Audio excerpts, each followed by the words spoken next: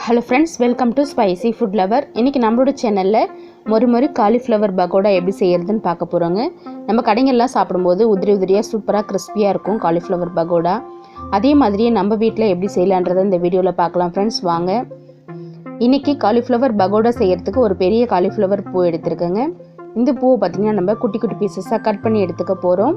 நம்ம பகோடா போடுற அளவுக்கு நல்ல பூவை பார்த்து செக் பண்ணி வாங்கிக்கோங்க. பாருங்கள், நம்மளுடைய காலிஃப்ளவர் எல்லாத்தையுமே கட் பண்ணி எடுத்தாச்சு. இந்த மாதிரி பீசஸாக இருக்கணுங்க. அப்போ தான் நம்ம பொரிச்சு எடுக்கும்போது நல்லா மொறுன்னு வரும். ரொம்ப பெரிய துண்டுகளாக கட் பண்ணாதீங்க, மீடியமாக இது போல் கட் பண்ணி எடுத்துக்கோங்க. இப்போ நம்ம சுடுதண்ணியில் போட்டு எடுக்க போகிறோம். தண்ணி நல்லா கொதிச்சிட்ருக்கு பாருங்கள்.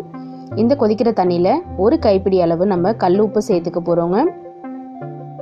உப்பு சேர்த்துக்கோங்க. அடுத்ததான் ஒரு அரை ஸ்பூன் அளவுக்கு இதில் மஞ்சள்தூள் சேர்த்துக்கலாங்க. சேர்த்துட்டு இப்போது இந்த கொதிக்கிற தண்ணியை ஆஃப் பண்ணிவிட்டு நம்ம இதில் காலிஃப்ளவரை சேர்க்க போகிறோம்.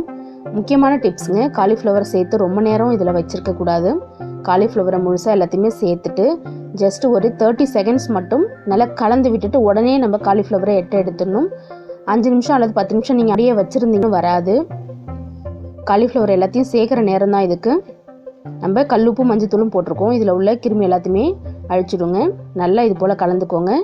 மிக்ஸ் பண்ணி விட்டுட்டு உடனே நம்ம எடுக்க போகிறோங்க. இல்லைனா காலிஃப்ளவர் பகோடா பார்த்திங்கன்னா சாஃப்டாகிடுங்க, மொறுன்னு இருக்காது. இப்போ நம்ம உடனே ஒரு பாத்திரத்துக்கு எடுத்து மாற்றிடலாம். எல்லா காலிஃப்ளவருமே தண்ணி எடுத்துகிட்டு மெதுவாக எடுத்துக்கோங்க. ஒரு பவுலில் சேர்த்துக்கோங்க எல்லாத்தையும். பாருங்கள், நம்மளுடைய காலிஃப்ளவர்ஸ் ரெடியாக இருக்குது. தண்ணியில் ரொம்ப நேரம் வச்சுருக்கக்கூடாதுங்க, உடனே எடுத்துடணும். அப்போ தான் நம்மளுக்கு மொறுன்னு வரும் பகோடா. இப்போ நம்ம இந்த காலிஃப்ளவர் எல்லாத்தையுமே ஒரு அகலமான பவுலுக்கு ட்ரான்ஸ்ஃபர் பண்ணிக்கலாம். நம்ம மிக்ஸ் பண்ணுறதுக்கு மசாலா பவுடர் சேர்க்கறதுக்கு அப்போ தான் ஈஸியாக இருக்கும்.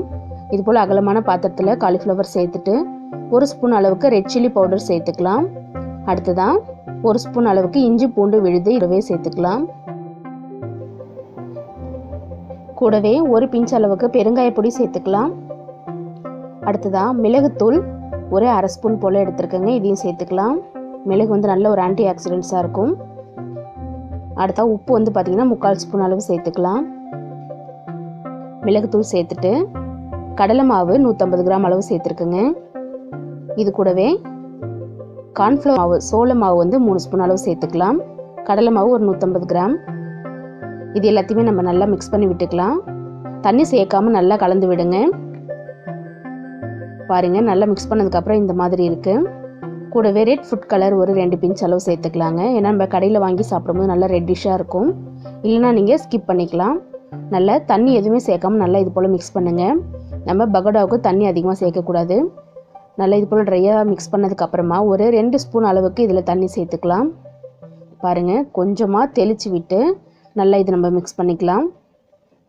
ஏன்னா பகோடா நல்லா உதிரி உதிரியாக கிறிஸ்பியாக வரணும்னா இது போல் நம்மளுடைய பகோடா மிக்ஸ் வந்துட்டு தண்ணி இல்லாமல் இருக்கணும். இந்த மாதிரி உதிரி உதிரியாக இருக்கணுங்க. லைட்டாக தான் கோட்டாக இருக்கணும். கடலை மாவு நம்ம சேர்த்த மசாலா எல்லாம் ஒன்றோட ஒன்று ஒட்டாமல் உதிரியாக இருக்கணும். நம்ம தண்ணி சேர்த்தோன்னா அது பஜ்ஜி மாதிரி ஆகிடும், பகோடாவாக இருக்காது.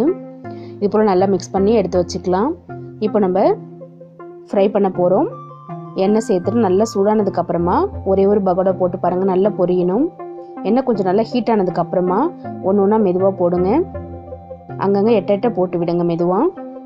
ஏன்னா எண்ணெய் சூடாகலை அப்படின்னா உங்களுக்கு அந்த எண்ணெய் இழுத்துரும். நம்மளுடைய பகோடா கிறிஸ்பியாகவும் இருக்காது, சாஃப்டாகிடும். அதனால் எண்ணெய் நல்லா கொதிச்சதுக்கப்புறமா தான் இது போல் போடணும். நல்லா பாருங்கள், எண்ணெயில் நம்மளுடைய பகோடா சேர்த்த உடனே நல்லா பாயில் ஆகிட்டுருக்கு. இது மாதிரி இருக்கணும்.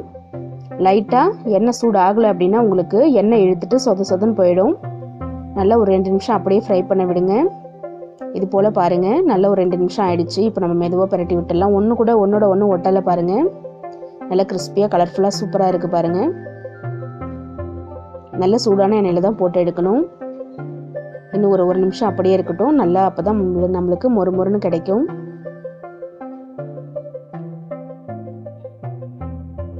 வேகட்டும். நல்லா செவந்து வந்திருக்கு பாருங்கள். ஒன்றோட ஒன்று ஒட்டாமல் தனியாக பிரிஞ்சு இருக்கும். இதுவாக எண்ணெய் வடிச்சிட்டு எடுத்துடலாம். இந்த மாதிரி நீங்கள் செஞ்சு பார்த்தீங்கன்னா உங்களுக்கு ரொம்பவே சூப்பராக கிறிஸ்பியாக வருங்க. நம்ம கடைகளில் மொறுன்னு சாப்பிட்ற மாதிரியே இருக்கும். ரோட் சைடில் ஸ்ட்ரீட் ஃபுட்லாம் இது போல் மொறுன்னு கொடுப்பாங்க நம்மளுக்கு. எடுத்துகிட்டு ஒரு டிஷ்யூ பேப்பரில் வச்சுக்கோங்க. அடுத்த பேட்ச் நம்ம இதே மாதிரியே சேர்த்துக்கலாம்.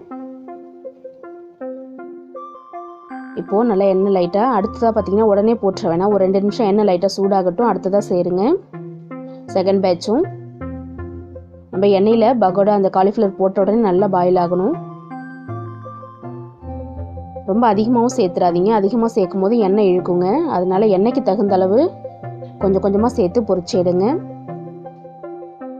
சேர்த்த உடனே ஒரு 2 நிமிஷம் அப்படியே விடுங்க. உடனே நம்ம திருப்பி விட்டுறக்கூடாதுங்க. இந்த பாருங்கள் கொதிக்கிறதுலாம் அடங்கினதுக்கப்புறமா தான் நம்ம திருப்பி விடணும். உடனே நம்ம திருப்பி விடும்போது அந்த மசாலாலாம் பிரிஞ்சு வந்துடும். பாருங்கள் கொஞ்சம் கூட மசாலா வந்துட்டு உதிராமல் எவ்வளோ சூப்பராக கிறிஸ்பியாக வந்திருக்கு நம்மளுடைய காலிஃப்ளவர் பகோடா. செகண்ட் பேட்ச் எடுத்துக்கலாம். இதே மாதிரி நம்ம மீதி வச்சிருக்கிற காலிஃப்ளவர் எல்லாத்தையுமே நம்ம பொரிச்சு எடுத்துக்க போகிறோம். இப்போ அடுத்ததான் மீதி இருக்கிற காலிஃப்ளவரையும் நான் சேர்த்துக்கிறேங்க. இந்த மெத்தடில் நீங்கள் செஞ்சு பார்த்தீங்கன்னா உங்களுக்கு கொஞ்சம் கூட மசாலா உதிராமல் அதே மாதிரியே ரோட் சைடில் கிடைக்கிற மாதிரி நல்லா கிறிஸ்பியாக வருங்க. தண்ணி வந்துட்டு நம்ம மிக்ஸ் பண்ணும்போது அதிகமாக சேர்க்கவே கூடாது. ஒன்றோட ஒன்று ஒட்டாமல் இருக்கணும். பாருங்கள் சூப்பராக நம்மளுடைய தேர்ட் பேட்சும் பொரிச்சு எடுத்தாச்சு. இதே மெத்தடில் நீங்களும் உங்கள் வீட்டில் காலிஃப்ளவர் பகோடா கிறிஸ்பியாக செஞ்சு சாப்பிட்டு பார்த்துட்டு கமெண்ட் பண்ணுங்கள் ஃப்ரெண்ட்ஸ். இந்த வீடியோ பிடிச்சிருந்துன்னா லைக் பண்ணுங்கள், ஷேர் பண்ணுங்கள். மறக்காமல் நம்மளுடைய ஸ்பைசி ஃபுட் லவர் சேனலை சப்ஸ்கிரைப் பண்ணிவிட்டு பாருங்கள்.